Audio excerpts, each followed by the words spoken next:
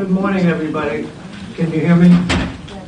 My name is Paul Rosenbaum. I'm chairman of the commission, and this is a special meeting of the Oregon Liquor Control Commission.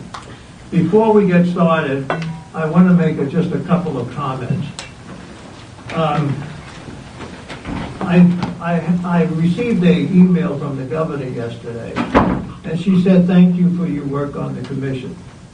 And I wrote her back and I said, "All my pleasure, especially when you work with people who are dedicated, sincere, intelligent, and have nothing but the interest of the state of Oregon on their minds." And that not only includes, I'm not just saying this, I believe it, that not only includes the agency and all of its employees, but also the commissioners.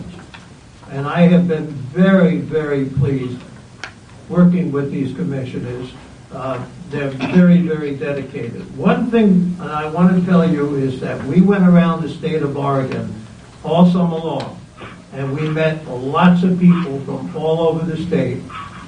People who deal in the wine industry, people who deal in the marijuana industry.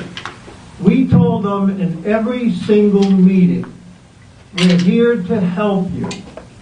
We're here because we believe that this is a young, it's a growing, it's a vibrant, and obviously it's a legal product and industry that's going to grow and grow and grow in the future. We are not here to put any impediments in your way. We're here to help when we can. The overwhelming obligation that this commission has is the fact of public safety and public concern for the people in this state. That overrides everything. That's the most important thing. If we ever sit up here and do anything at all, we're doing it because the public health and safety of the constituents of this state are the most important thing that we have. That's why we're here today. We are not trying to put any impediments in the ability of people to make a living, but we also are extremely cognizant of the fact that our obligation is to the public health and safety of the people in this state. Having said that, who is our first? Jeff Rhodes from the Governor's Office, Mr. Chair, is going to give us a statement. Jeffrey Rhodes. Thank you. I guess we have to take the roll call. Commissioner Curran? Commissioner Molinas? Here. Commissioner Fawcett? Here. Commissioner Revolve? Here. Commissioner Floyd? Here. Commissioner Harper? Here. Chair Rosenbaum? Here. Mr. Rhodes? Thank you, Mr. Chair. I want to thank everybody for coming in today for our emergency meeting regarding the implementation of Executive Order 1909.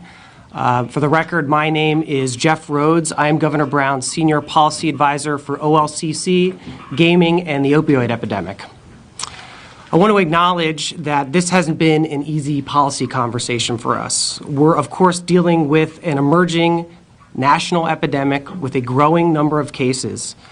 The latest numbers are 1,299 cases with 26 deaths, 2 of which have occurred in the state of Oregon.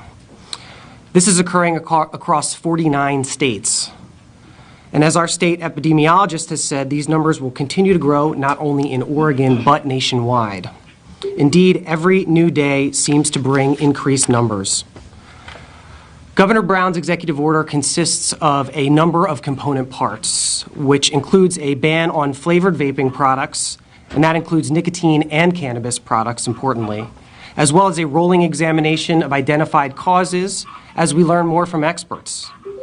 The order also includes a development of plans for consumer warnings, for provider reporting and tracking of emerging cases, for education campaigns, and requirements for the development of further legislation. In addition to the action taken by OLCC and the Oregon Health Authority, the governor has tasked both me and Tina Edlund, our healthcare policy advisor, with the establishment of the governor's Vaping Public Health Work Group, and the two of us will co-chair that work group. Our charter will be to advise the governor and state agencies on action to address the emerging vaping epidemic. And of course, we're going to be taking an evidence-based approach to this and making policy recommendations based on that evidence. I'm hopeful that all of you will engage with the process as we move forward, and that goes for the commissioners, but of course everybody in this room as well, and the many folks that I've had conversations with over the past 2 weeks. Now, I know the approach that we're taking will affect many businesses across the state, and I do want to profusely thank everyone that I've had the occasion to speak with over the past 2 weeks. Your perspective has been instrumental in the crafting of our response to this epidemic. And I, of course, want to thank Director Marks and the amazing staff at OLCC for the response to this growing crisis, the good work in responding so quickly and efficiently to the governor's executive order. I really can't say enough about the work of the agency. The result, I feel, is a balanced approach to this crisis that will strive to protect human life and public health while also allowing Oregonians access to legal and tested vaping products where appropriate. Thank you. Any questions? Thank you. Thanks. Who's next on here? 'Cause I don't have the list, so I'm sorry. We have the entire staff that's presenting both the reasoning for the rule and the rule itself. The first one up then is Danica. Yeah, Did you? Okay, sure. Thank you, Commissioners, Chair Rosenbaum. For the record, my name is Danica Hipsman. I am the Senior Policy Advisor over alcohol and marijuana here for OLCC. I'm here to give you a little bit of background on the proposed rules that are before you today, and then some of my other colleagues behind me are going to give you some additional detail on how we got to some of the particular aspects of these rules. In her executive order last week, Governor Brown directed the OLCC and the Oregon Health Authority to address a critical public health crisis related to vaping. As Jeff just mentioned, there's almost 1,300 cases nationwide of serious lung illnesses linked to vaping, and as of October 8, 26 deaths spread out over 21 states. Sadly, these numbers are going to continue to grow as the CDC does continue to put out new data and information every week. The tragedy of this crisis is acutely felt here in Oregon, given that 2 of those nationally reported deaths have occurred in this state. It's also been reported that many of the Oregonians sickened have consumed cannabis vaping products, and 5 of the 8 Oregon cases of sicknesses related to vaping products have purchased products from an Oregon retailer. For this agency and Oregon's thriving but young and fragile cannabis industry, this should be particularly alarming. OLCC believes that this state's program can and should be a model for the country in the benefits of national legalization. And as such, we also believe that when there's a threat to its viability, we must act quickly and sternly. To do otherwise would ignore the incredible hard work that so many stakeholders have put into this industry over the years to legitimize it and make it something that the nation can look to as a model. The governor's executive order directs the agencies to ban all flavored vaping products for 6 months. It extends to all forms of vaping, cannabis, and nicotine. OLCC and OHA have different roles in implementing that directive, and the rules before you today impact cannabis retailers and consumers only. The proposed temporary rules would ban all flavored cannabinoid vapor products, including those flavored with non-marijuana terpenes. The rule provides a mechanism for licensees to request an exemption from the ban for certain types of botanically or naturally derived terpenes, and the agency is going to be working with the industry, the governor's office, and public health partners to develop the standards for those exemptions. For now, I'm going to turn it over to my colleague TJ Sheehy to talk a little bit more about the non-marijuana terpene component of this ban.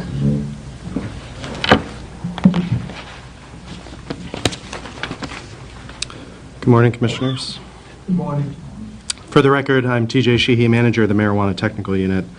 As Danica provided as an overview, we have in Oregon experienced a portion of the national outbreak. Where Oregon stands out, however, is in places like California, the Midwest, New York, the problem has predominantly been that of counterfeit items, illicitly purchased items. Oregon stands out because at least 5 of the 9 individuals that have been sick consumed marijuana, and all 5 of them shopped at OLCC licensed stores. There's no evidence to date that any of the consumption was from counterfeit cartridges, tampered cartridges, or illicit purchases. That lays the issue out pretty stark for us, for the issue in Oregon for the OLCC to confront. The issue for us to confront is the safety of the products and ingredients that are currently sold in and allowed in our stores that may be making consumers sick. Danica provided an overview of the rule. This rule will ban for 6 months flavored vape products. That extends to a ban on non-marijuana terpenes. Terpenes, the quick synopsis of that, they're essentially flavor and scent, naturally occurring chemicals that can be naturally derived, botanically derived. They occur naturally in marijuana, but they can also be artificially derived.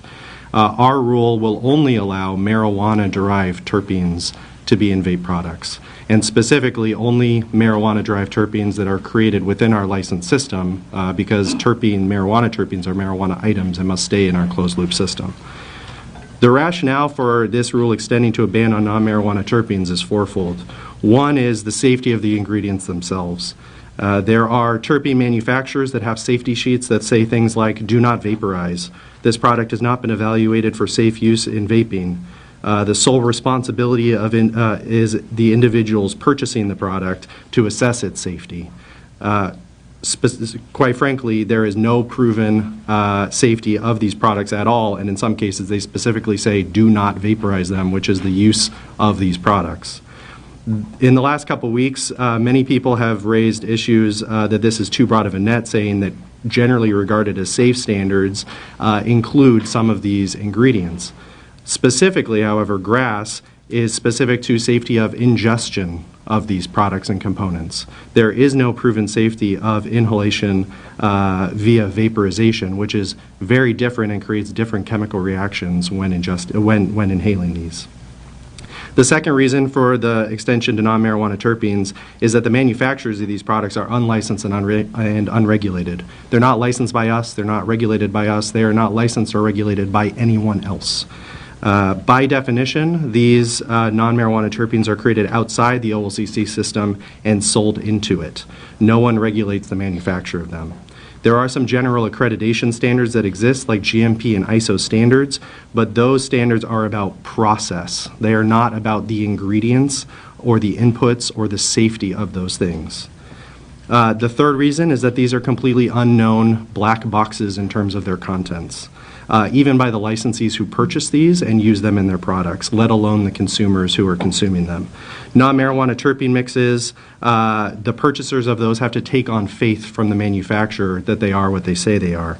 Moreover, those safety sheets that say things like do not vaporize also say things like contains other natural and artificial ingredients without specifying what those are, saying things like specific chemicals, chemical identities, and or exact percentages of composition has been withheld as a trade secret. Quite frankly, no one buying these things knows what's in them, let alone the consumers who are purchasing them and ingesting them, inhaling them. The fourth reason, and probably the most important, is the testing standards for these items. Under the OHA testing rules for marijuana items, extracts and concentrates are tested for potency as well as solvents and pesticides. And that includes items that have marijuana-derived terpenes in them. But when someone puts non-marijuana-derived terpenes in them, it changes it from an extract and a concentrate to what's called an other cannabinoid product. So the oil itself, the cannabis oil itself, before having the non-marijuana terpenes added into it, is tested for solvents and pesticides. But after these things are added, which themselves are untested for solvents and pesticides, after those marijuana terpenes are added in, the final product that will be vaporized and inhaled is tested only for potency. It is not tested for pesticides or solvents. So in all, these non-marijuana terpenes are of unknown sourcing, unregulated, at best dubious safety data, and they enter our market untested and flow to consumers untested. This rule does create a narrow pathway for non-marijuana terpenes that are demonstrably safe. That, as Danica said, will be defined over the coming month in terms of what the criteria and the process is for that. But ultimately, these ingredients that are appealing for an exemption to this ban will have to prove up on sourcing, ingredients, safety, and testing. And now Shannon Hoffeditz, our Director of Compliance, will speak to how this rule will be communicated and implemented. I have one question on it. On the terpenes in a pure form, I know this because I'm in the chemical business, that really is a solvent. And terpenes in pure form is a solvent, and they're used in cleaning applications all over the world. The other thing that I think that's an important point, because from a chemical industry point of view, that's not safe. To vaporize and inhale those, you wouldn't Well, you wouldn't that's not safe. Yeah. vaporize cleaning solutions and put them into your lungs. And purified non-cannabis terpenes have a significant level of acetone in it. So the OHA testing rules, I believe, do test for acetone as one of the analytes for solvents. And so there is an action limit, essentially, if it tests above that. If it's a marijuana extract with marijuana-derived terpenes, it has to pass a range of testing, 40 or 50 analytes for pesticides and solvents before going to consumers. Which is a very high level. Okay, thank you.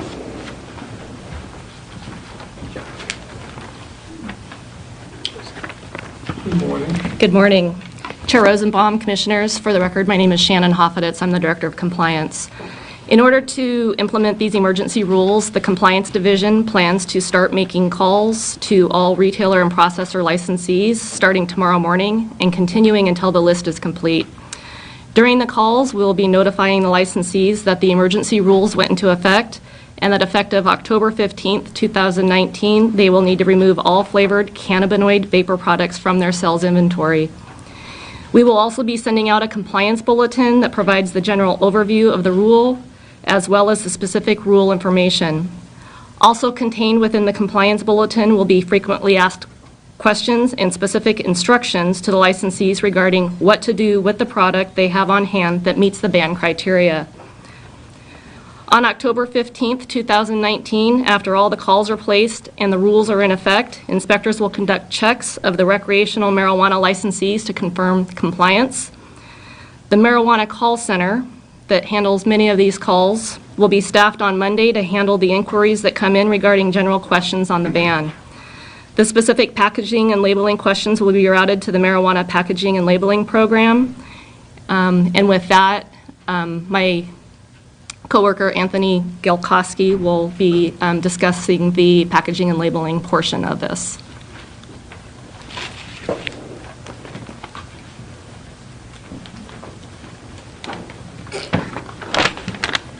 Good morning, Commissioners. My name is Anthony Geltowski, and I'm the OLCC's Packaging and Labeling Specialist.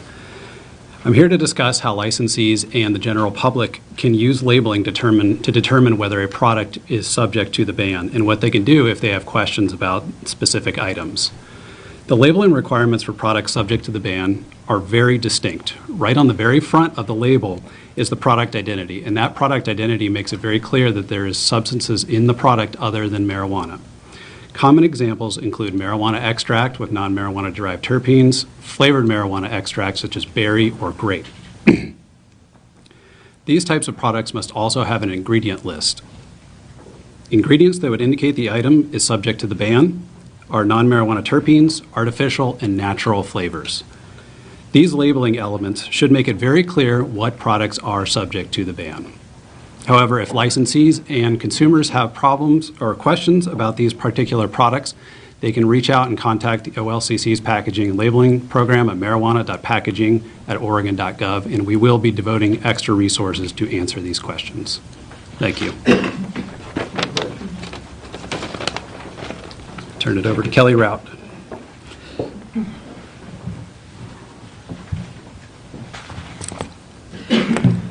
Good morning, Chairman Rosenbaum, Commissioners. For the record, Kelly Rout, Director of the Administrative Policy and Process Division. I am here to present to you rules for temporary and initial action.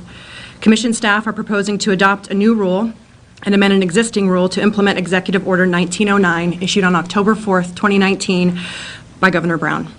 Staff proposed to adopt a rule to prohibit the sale of cannabis vapor products containing flavor or non-marijuana terpenes in licensed recreational marijuana retail stores, and prohibit the manufacture of these products by licensed recreational marijuana processors. This rule defines flavor broadly and consistently with the Oregon Health Authority's rules that are also being adopted today. Proposed rule language further includes a provision for staff to develop and implement a process for licensed processors to request an exemption for cannabinoid vapor products containing terpenes derived from botanical sources other than cannabis. As staff have mentioned in their comments, this process will be developed in the coming month. Violation of this rule is classified as a Category 1. While our hope is that there are no violations of this rule, noncompliance may result in an immediate suspension and license cancellation. However, as with all of our cases, the Commission may use its discretion to impose sanctions based on the circumstances of the case. Commission staff also proposed to amend an existing rule on audit, compliance, and random testing to add additional categories and forms of testing that the Commission can require of licensees. This amendment is necessary to implement the executive order to ensure that if we suspect a product contains banned substances, we can require a licensee to submit the product for testing. If adopted, these rules will be effective on Tuesday, October 15th, 2019, for a maximum of 180 days.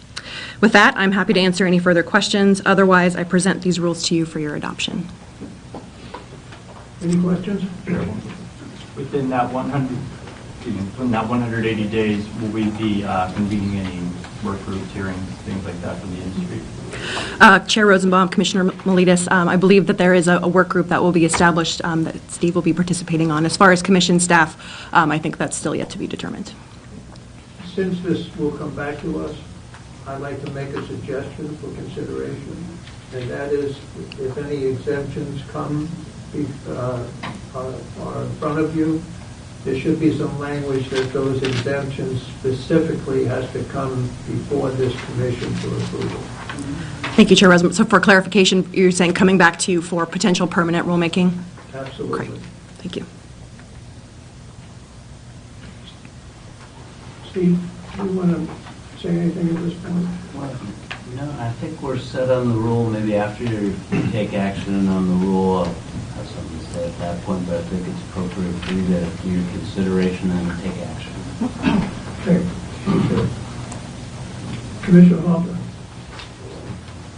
I move to temporarily adopt OER 845-025-2805 and amend OER 845-025-5760, effective October 15, 2019 to April 11, 2020, and to initiate rulemaking on this matter and hold a hearing at staff discretion. Any further discussion? Take the roll, please. Yes. Commissioner Miletus? Yes. Commissioner Fawcett?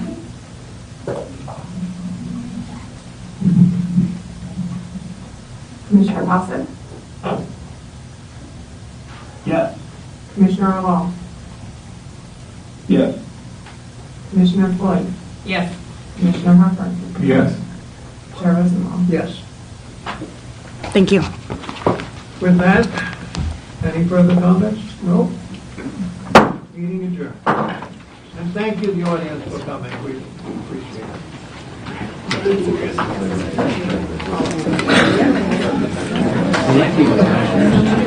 you.